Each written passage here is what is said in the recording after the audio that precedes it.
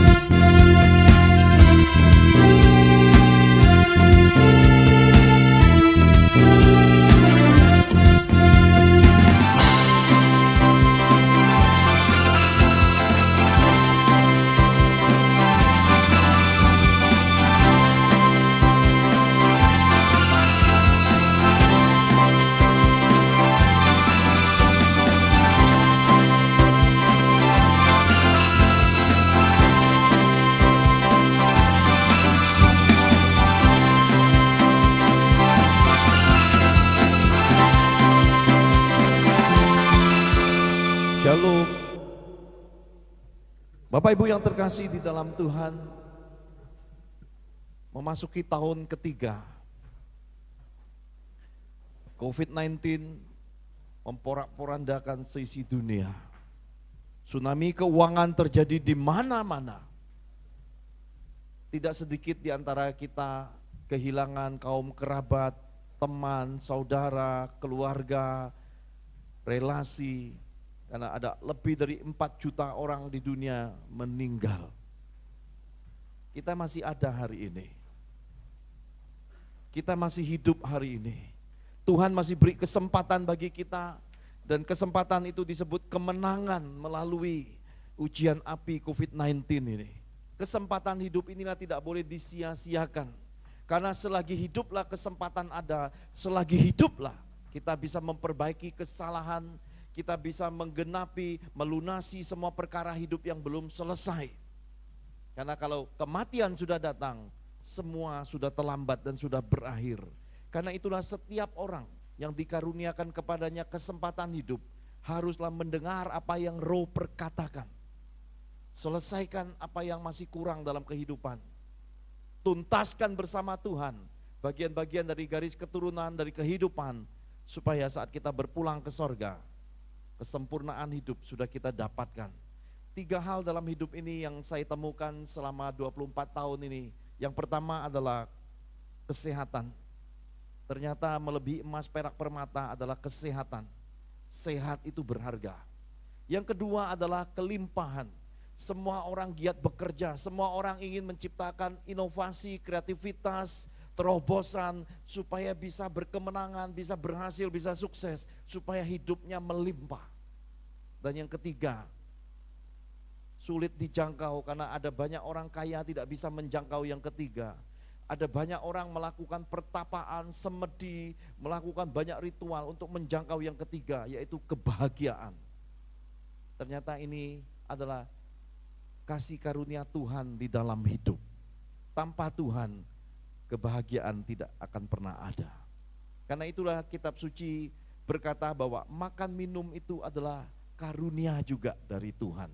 Karena itulah di dalam kehidupan kekristenan ini tidak bicara soal makan minum, tapi bicara soal kerajaan Allah, sukacita dan damai sejahtera dalam hidup. Yang percaya katakan haleluya. Bapak Ibu yang terkasih di dalam Tuhan, mari bersama-sama kita lihat apa yang tertulis di dalam 1 Petrus pasal 1. 1 Petrus 1 mulai ayat 13 kita baca. Pesan Tuhan hari ini kepada kita tentang kemenangan dan kelimpahan melalui kasih Yesus. 1 Petrus 1 mulai ayat 13, demikian firman Tuhan. Sebab itu siapkanlah akal budimu, waspadalah dan letakkanlah pengharapanmu seluruhnya atas kasih karunia yang dianugerahkan kepadamu pada waktu penyataan Yesus Kristus.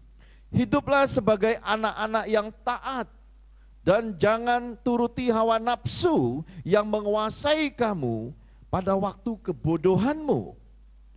Tetapi hendaklah kamu menjadi kudus di dalam seluruh hidupmu, sama seperti Dia yang kudus, yang telah memanggil kamu. Sama-sama Bapak Ibu, sebab ada tertulis, sama-sama, kuduslah kamu sebab aku kudus. Haleluya, kita berhenti sampai ayat yang ke-16 ini. Tuhan inginkan generasi yang kudus.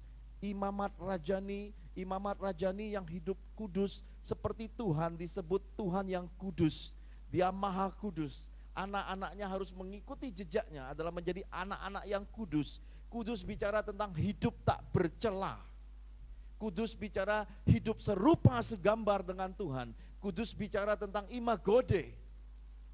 Tanpa imagode kita tidak bisa dan tidak layak masuk surga Yesus. Hanya rupa dan gambar Allah, imagode yang melayakkan kita oleh karena dia mati di atas kayu salib. Darahnya yang mahal itu menebus akan hidup kita, dosa kita, hingga membuat kita punya kesempatan lagi di muka bumi ini untuk memiliki imagode di dalam penyempurnaan oleh firman dan oleh Roh Kudusnya. Nah, Bapak Ibu yang terkasih di dalam Tuhan, Kitab suci berkata dengan jelas sekali, jangan menuruti hawa nafsu yang menguasai kamu pada waktu kebodohan. Jadi di dalam hidup ini kita harus berjaga-jaga. Kitab suci mengajarkan kepada kita supaya kita waspada dan berjaga-jaga di dalam doa. Karena roh memang kuat, roh memang penurut, tetapi daging ini lemah. Ada masa-masanya di dalam hidup kita disebut kebodohan. Karena itu kitab suci mengajarkan kepada kita, menasihatkan kepada kita, sedikit berkata-kata, lebih banyak mendengar di dalam kehidupan ini. Karena apa? Karena dikatakan pada waktu nanti pernyataan Yesus Kristus akan datang dalam hidup kita, yaitu hari api, hari pengujian, hari penghakiman. Apapun bisa terjadi di dalam kehidupan ini, di luar rencana kita. Apapun bisa terjadi di dalam kehidupan ini, melalui kedaulatan Tuhan. Saya mengalami ini di dalam hidup saya.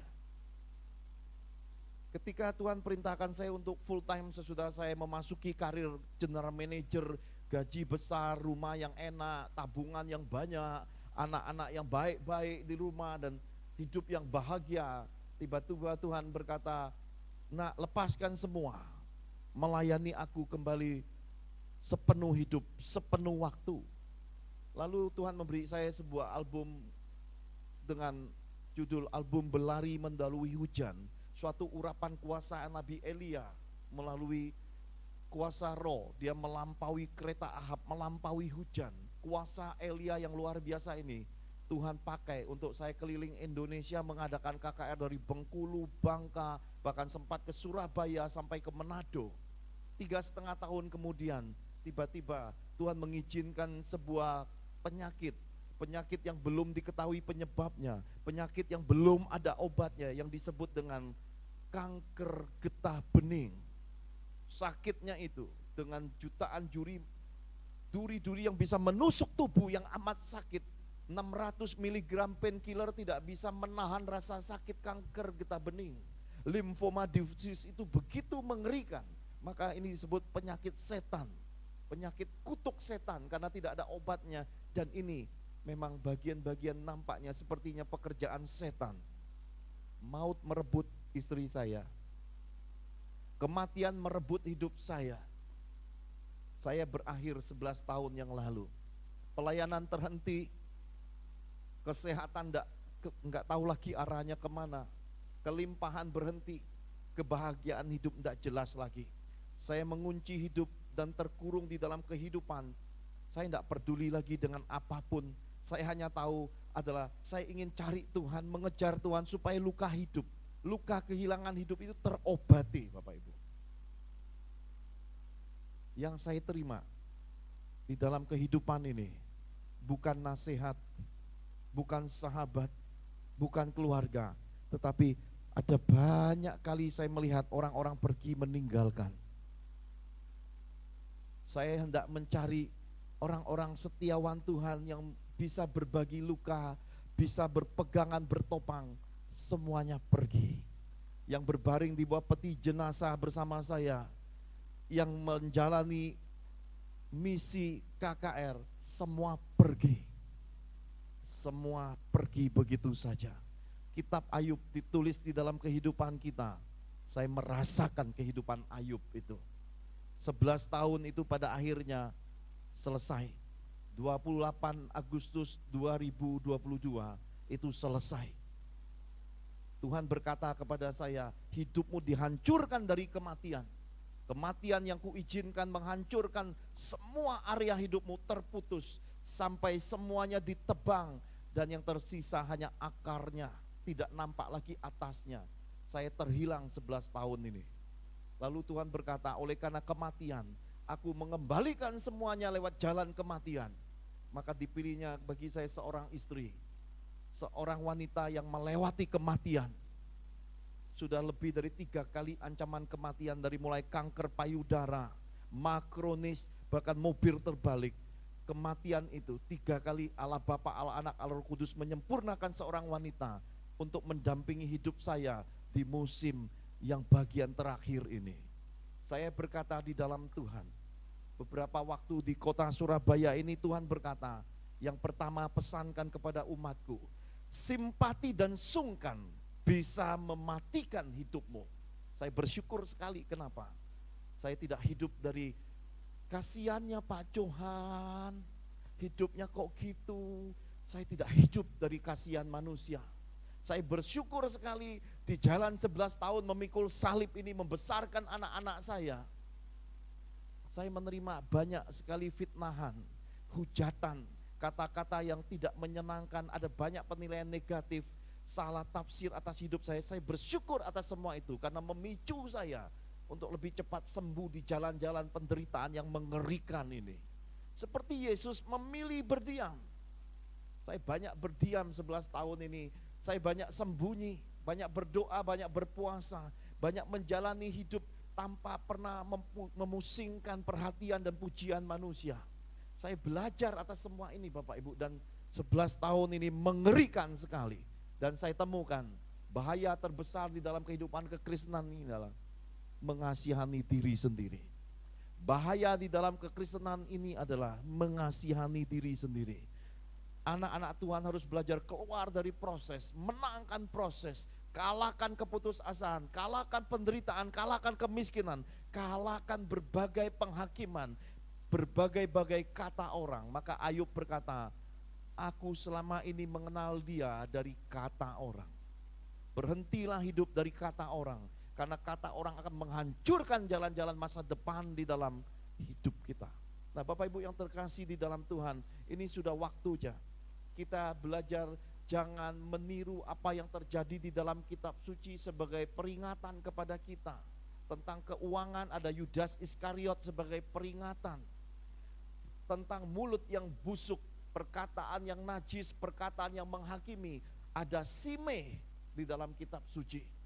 Ada orang-orang yang ditaruh dalam kitab suci sebagai peringatan bagi kita. Jangan menilai segala sesuatu menurut covernya. Jangan menghakimi sesuatu menurut sampulnya. Karena hidup belum berakhir, buku belum selesai ditulis. Marilah meraih firman Allah, meraih kasih untuk belajar memberikan dalam hidup ini kasih sayang bagi saudara-saudara seiman. Untuk belajar dengan tersembunyi menolong orang-orang yang berkesusahan. Untuk menghibur ada di dekat mereka orang-orang yang menderita, orang-orang yang penuh air mata. Tugas kita di muka bumi hari ini untuk sedikit berkata-kata, lebih banyak berbuat amal, lebih banyak berbuat kebaikan, lebih banyak melakukan perbuatan-perbuatan yang memuji nama Tuhan. Ini waktunya Bapak Ibu. Karena itulah saya berkata di dalam kehidupan ini, selesai sudah ketika kita mengikuti arus kehidupan pergaulan yang rusak. Kita tidak tahu persoalan, kita ikut campur, kita ikut menghakimi, bahkan kita tambah-tambahkan apa yang sudah tidak baik, terus kita ulang dan kita menjadi duta-duta setan, menyebarkan ada banyak hal negatif di muka bumi. Mari mulai hari ini saya berdoa dalam anugerah Tuhan yang besar, kita hentikan semua ini. Jangan izinkan semua ini terjadi lagi. Kenapa? Karena sudah waktunya di muka bumi ini, seisi muka bumi ini, transformasi Tuhan terjadi. Tadi pagi Tuhan datang kepada saya dan berkata tentang Azusa Street. Saya sangat terkejut sekali. Mengapa Bapak Ibu? Karena beberapa tahun yang lalu ada banyak hamba-hamba Tuhan yang dipakai pada waktu dan generasinya. Beberapa senior ini sudah pulang ke sorga. Mereka berkata, orang ini Dari Bandung akan turun ke ibu kota, dari ibu kota akan bawa api ke kota-kota, sampai bangsa-bangsa tentang hidup saya, tentang pelayanan saya. Bahkan masih ada audio rekamannya, seorang nabi Tuhan berkata, orang ini akan memulai kegerakan kerasulan, kegerakan gereja mula-mula. Bapak Ibu yang terkasih di dalam Tuhan, semua itu tersimpan begitu lama. Dan saya tidak menyangka bahwa prosesnya untuk menjadi seseorang yang diperlengkapi Tuhan, yang dipercayakan Tuhan, amat berat prosesnya Bapak Ibu. Ini satu hal yang saya boleh sharingkan. Hidup di dalam kekristenan ini, kalau kita tidak memiliki iman seperti Ayub, iman yang teguh, istri bisa berkata, sudahlah kamu udah selesai, udahlah kamu udah tua, sudahlah kamu tidak ada harapannya lagi, sudahlah kutuki Tuhan, sudahlah mimpi-mimpi itu tidak usah terus lagi, sudah, tidak guna semua itu. Kalau kita tidak punya iman seperti Ayub, iman yang mengenal Tuhan, iman yang bertahan, iman seorang kepala, kita akan hancur sebelum menggenapi apa yang Tuhan hendak beri di dalam hidup kita. Saya mengalami ada banyak hal dilema, tetapi saya belajar untuk berkata, saya berpegang firman Allah, saya percaya sepenuhnya kepada Yesus. Sekalipun jalan-jalan hidup saya 11 tahun yang lalu mengerikan sekali, hal baik datang dalam 2-3 jam, hal celaka datang berbulan-bulan, hal yang menyenangkan datang hanya sekejap, dan tiba-tiba setan kirim duta-dutanya, fitnah masuk. Saya mengalami lagi yang namanya penolakan. Bersyukur pada Tuhan, Rohnya yang kudus itu mendampingi.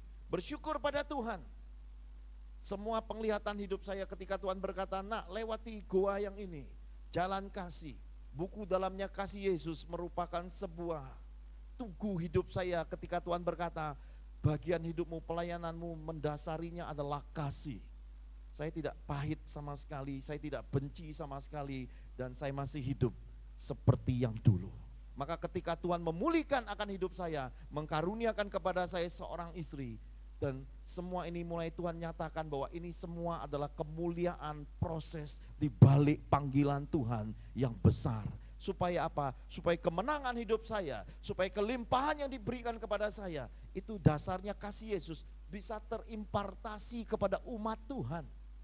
Kemarin Tuhan beri kesempatan istri saya untuk melayani, untuk berdoa dan bernubuat bagi umat Tuhan. Bahkan saya melihat dan merekamnya ketika dia tumpang tangan, lalu dia berkata pada seorang ibu, oh pada tubuhmu ada sakit, pada bagian tubuhmu ada bagian yang sakit. Ibu itu langsung berkata, aku sakit perut, lalu ditumpanginya tangan. Kami melihat air mata, kami melihat ketajaman, dan ketika dia menaikkan pujian, dia menaikkan penyembahan, Tuhan hadir. Tuhan hadir. Dan saya berpikir, untuk apa Tuhan meminta istri saya kemarin mengambil bagian di dalam pelayanan di sebuah persekutuan doa di Surabaya. Pagi ini dia menyelesaikan semuanya dan dia berkata, ingat Azusa Street. Dengan seizin pimpinan gereja GBI Anugerah Sulung, saya minta istri saya membawa catatan hidup saya 11 tahun ini menjadi sebuah buku. Ini buku berat sekali, total halamannya hampir 700. Ini sebuah buku, ini tidak diperjualbelikan, karena inilah disertasi hidup saya 11 tahun ini. Dan ini adalah karya penulisan di sekolah teologi pertama di dunia tentang 5 jawatan. 5 jawatan di dalam buku ini adalah pertanggungjawaban saya untuk menyelesaikan gelar doktoral saya. Bapak Ibu yang terkasih di dalam Tuhan, ini saya bawa ke Surabaya bukan untuk dipertunjukkan, bukan. Karena dari 4 doktor penguji, mereka berkata, bila sudah selesai disertasinya kami minta salah satu doktor pengujinya tinggal berdomisili di Surabaya. Jadi ini saya bawa dan sempat keliling berapa hari karena belum sempat disampaikan ke dosen penguji. Di dalam buku ini ada 3 tokoh yang Tuhan beritahukan kepada saya. Yang pertama tentang seorang abdi Allah yang bernama Smith Wigglesworth, seorang rasul iman. Beliau mendasari pelayanannya dengan perbuatan-perbuatan iman, mukjizat iman yang luar biasa. Lalu Tuhan memerintahkan saya untuk melihat dari Smith Wigglesworth, ternyata saya temukan suatu garis iman kepada Pastor Smith. Lanjut Tuhan beri jatuh kepada Pastor Kenneth E. Hagin, seorang rasul iman juga yang lumpuh pada masa kecilnya dan dipakai pada masanya. Dua-duanya sudah almarhum, dan ketika bagian ketiga Tuhan perintahkan saya menemukan buku melengkapi penulisan disertasi ini. Saya menemukan seorang hamba Tuhan lagi yang merangkum tentang apa yang disampaikan, dipesankan Tuhan melalui Smith Wigglesworth dan Pastor Kenneth E. Hagin, yaitu Dr. Morris Cerullo. Di dalam buku ini rangkuman imannya ada. Dan ternyata semua itu Tuhan perintahkan kepada saya untuk menerima impartasi 3 generasi ini. Dan saya terima bagian ini. Saya selesaikan semua, dan proses hidup saya selesai 4 Agustus 2022. Saya menerima wisuda sebagai doktor teologi. 28 Agustus 2022 di wisuda lagi, menyambung pernikahan hidup saya, lengkap perjalanan pelayanan ini. Lalu Tuhan perintahkan saya masuki kota Palawan, masuki kota Surabaya, bawa kegerakan gereja mula-mula. Api 5 jawatan ini mulai dari kota ini, sebab Surabaya kata Tuhan adalah Yerusalem Indonesia. Dan tadi pagi dia berkata, "Nak, Azusa Street, ada apa dengan Azusa Street?" Karena Smith Wigglesworth berkata 100 tahun lebih sesudah kegerakan Azusa Street akan ada pencurahan roh besar-besaran di muka bumi, di mana kemuliaan Tuhan akan meliputi dan memenuhi bumi ini, akan menyambut kedatangan Yesus kedua kali. Bapak Ibu, kegerakan Azusa Street pada masa itu, kekristenan di muka bumi diperkirakan hanya 80 juta jiwa. Ternyata satu kegerakan di Azusa Street, seisi bumi ini terjadi tuaian, jumlah jiwa kekristenan di muka bumi mencapai 500 juta. Ada 7-8 kali lipat pertambahan jumlah jiwa di muka bumi. Terang Tuhan mulai dari kegerakan Azusa Street. Dan hari ini Tuhan mendasari buku ini, disertasi ini untuk saya implementasikan mulai dari kota Surabaya. Dan ternyata di Azusa Street ada satu jalan yang sangat terkenal. Jalan itulah nama istri saya ditulis. Jalan itu disebut Angel Walks. Dan saya terkejut. Bukan suatu kebetulan saya dikaruniakan istri lagi yang bernama Angel. Angel Leo Yehuda. Kegerakan musimnya ini adalah musim raja-raja pada masa kegerakan hujan akhir menjelang kedatangan Tuhan. Mari kita semua masuki kemenangan dan kelimpahan dari apa yang Tuhan kehendaki ini, Bapak Ibu. Jangan izinkan apapun merebut di dalam hidupmu. Nah, bagian kedua kita sambung ayat berikutnya. Ayat 17, 1 Petrus 1 ayat 17.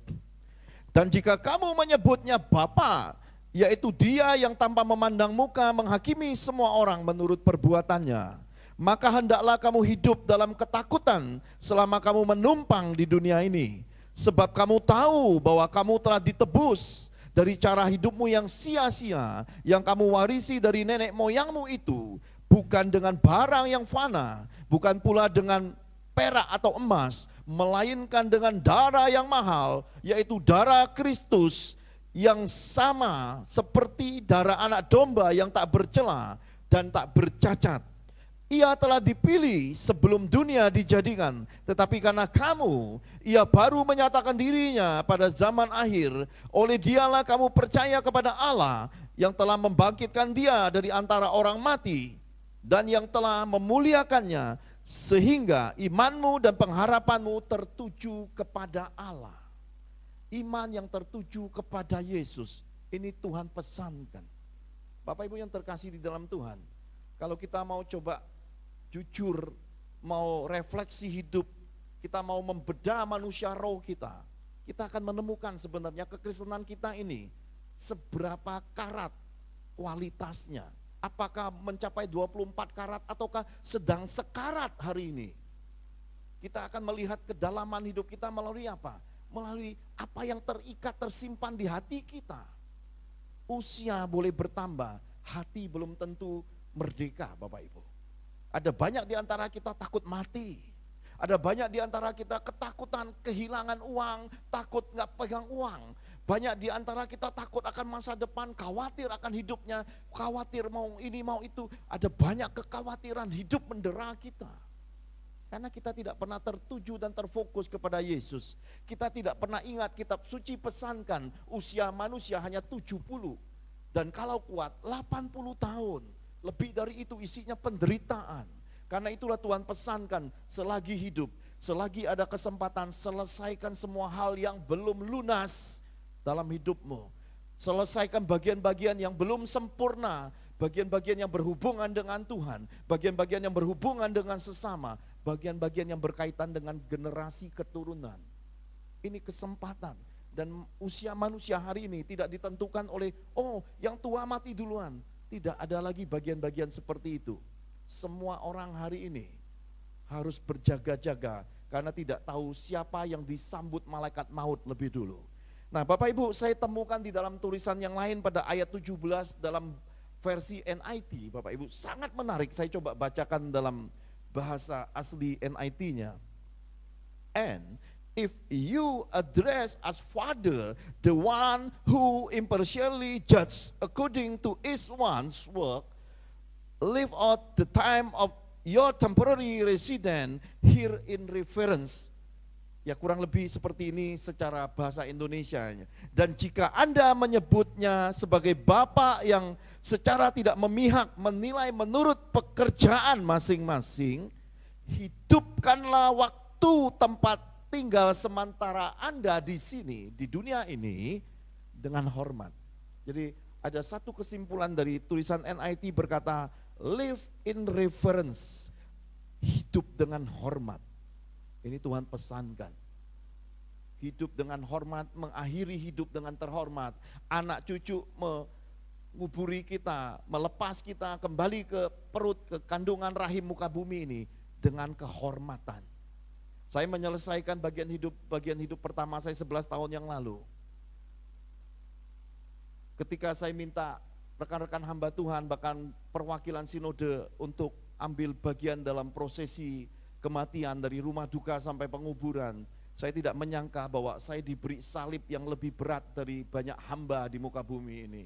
Karena ketika di lahat di liang kuburan di pusara itu, peti jenazah itu masih di atas lubang itu. Pendetanya berkhotbah sangat lama, lalu tiba-tiba dilihat jam dan dilihat tiketnya, ternyata jaraknya tinggal 1 jam. Lalu dia berkata, Pastor Johan, sorry, ini jam pesawatnya mepet. Ya pamit, dia pergi. Saya berdiri seorang diri di tengah banyak hadirin dan keluarga, melihat peti jenazah istri saya. Lalu Tuhan berkata, nak, aku mau engkau sendiri yang mengembumikan istrimu.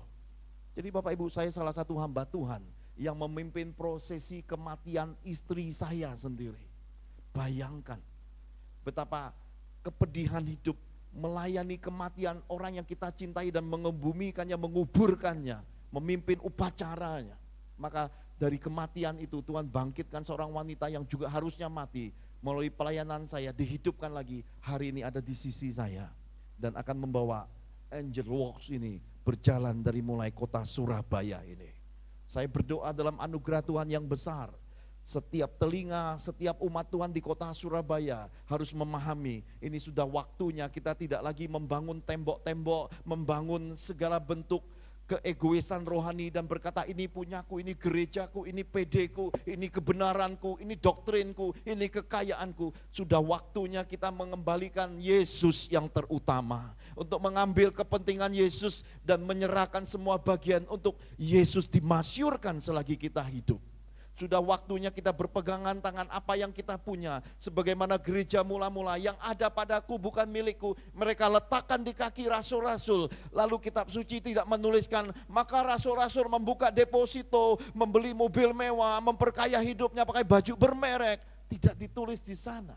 Kitab suci berkata, rasul-rasul membuka pelayanan meja untuk memberi makan orang-orang miskin. Dikatakan mereka bergerak, kemudian menarik diri untuk fokus doa dan fokus dalam pengajaran firman. Supaya apa? Supaya umat Tuhan didewasakan, supaya umat Tuhan mengalami terobosan dan kemenangan, supaya umat Tuhan hidup di muka bumi ini, hidup dengan kelimpahan. Sebab kitab suci berkata, kamu bukan ekor tapi kamu kepala. Kamu akan terus naik dan tidak menjadi turun. Bila ada sesuatu yang masih salah di dalam kehidupan, kitab suci mengajarkan kepada kita, kita harus berkumpul di tengah orang-orang yang diurapi, orang-orang yang hidupnya benar, hidup takut akan Tuhan, dan mereka akan mengolesi minyak, yang sakit akan sembuh. Semua persoalan hidup kekusutan Tuhan akan uraikan kepada kita. Ini musimnya, ini waktunya sudah tiba di muka bumi, dan Tuhan memilih kota Surabaya. Surabaya, Surabaya. Saudara enggak ingat lagu tempat kelahiran saudara?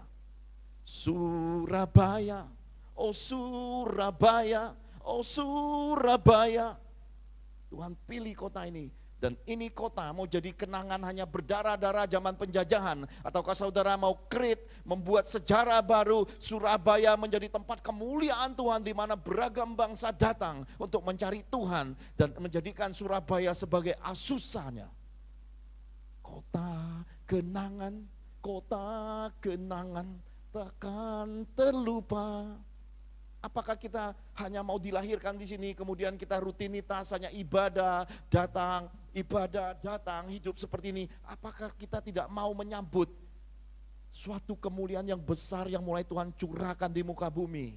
Saya memikulnya, tidak menyenangkan untuk menerima tongkat dari Tuhan ini, tetapi sudah selesai. Sekarang tinggal tongkat ini. Apakah setiap anak-anak Tuhan mau sama-sama bersama dengan Dr. Johan LDS?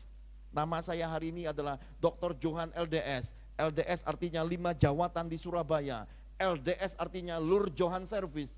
Keluarga Johan, kegerakan roh Tuhan melalui keluarga Johan untuk membawa api Tuhan, untuk kegerakan gereja mula-mula masuk atas kota-kota, pulau-pulau, bahkan ke bangsa-bangsa.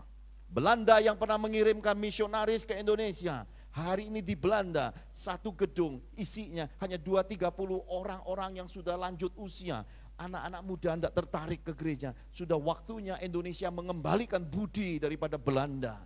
Hari ini tidak sedikit di antara kaum keluarga kita yang lansia masih bisa Holland Spreken, masih makan brut dalam hidup mereka. Sudah waktunya untuk mengingatkan anak cucu membalas budi Belanda, mengirim misionaris ke Belanda. Sudah waktunya hari ini semua kita untuk meresponi panggilan Allah di kegerakan musim hujan akhir ini. Haleluya. Mari kehormatan Tuhan yang besar ini Bapak Ibu sama-sama kita tangkap, sama-sama kita ambil jadi bagian hidup kita. Karena tidak setiap musim datang dalam kehidupan. Saya berdoa di muka bumi yang begitu besar kehormatan Tuhan, begitu banyak wanita yang diperkirakan jumlah wanita melebihi 3 kali 4 kali lipat jumlah pria. Ternyata Tuhan pilih saya hanya seorang wanita yang sudah mati untuk mendampingi seorang Dr. Johan.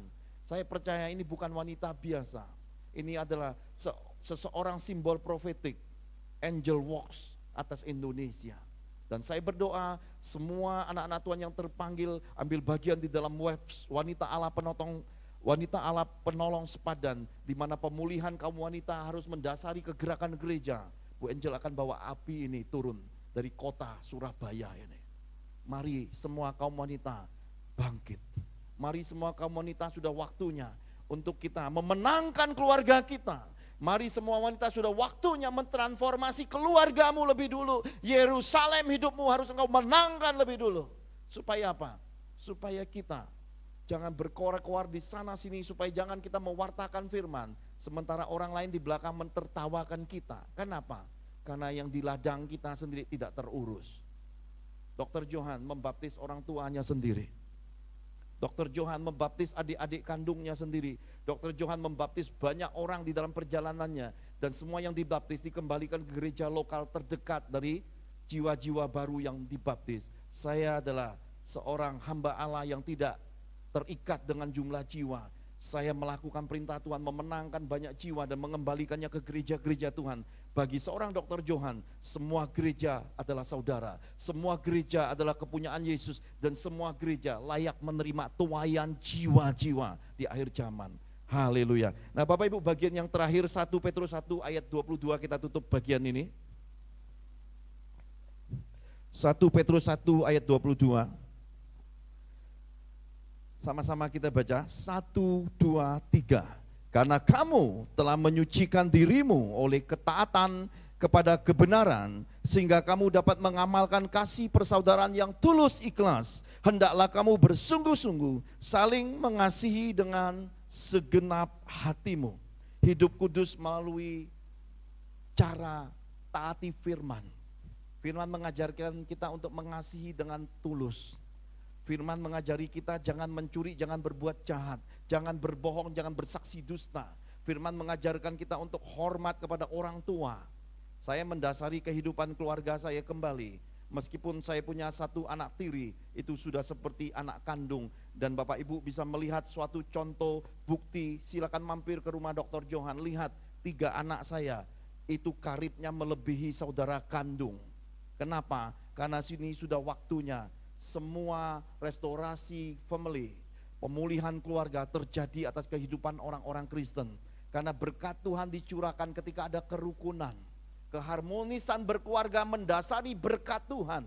Berkat Tuhan hanya tercurah apabila anak cucu kita, rumpun keluarga kita, persaudaraan kita akur.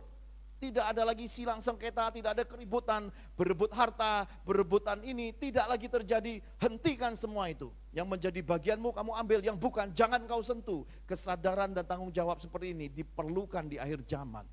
Dan karena itulah Bapak Ibu, karena mentaati firman, saya mengajari anak-anak saya kitab suci secara murni.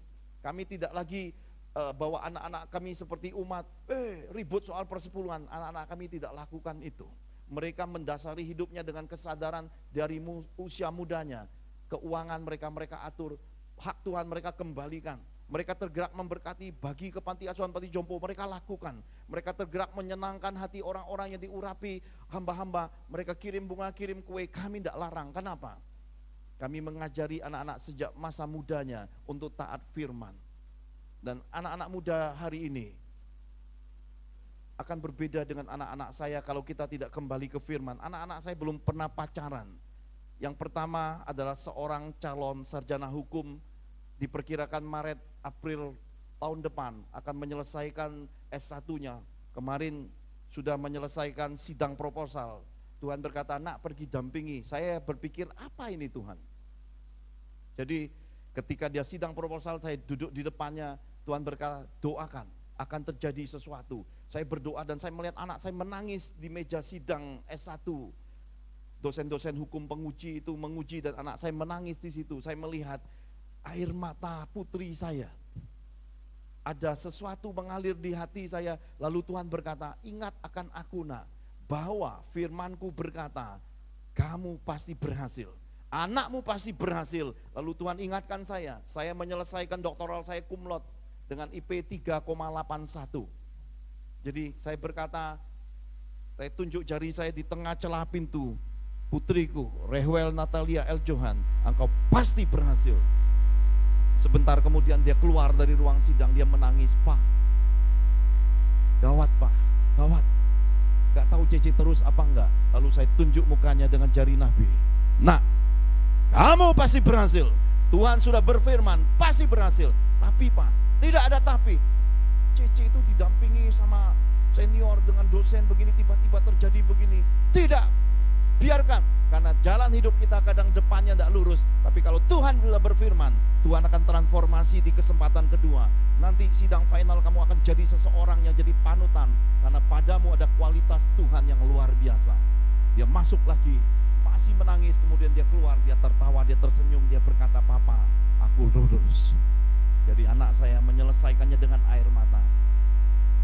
Putra Bu Angel juga anak saya yang kedua sudah menyelesaikan magangnya 2 bulan di Plaza Indonesia. Februari dia akan diwisuda. Rehwel dihukum dengan IP 3,73, Richie dengan IP 3,99. Dukung doa semoga memecahkan rekor Universitas Indonesia anak Tuhan.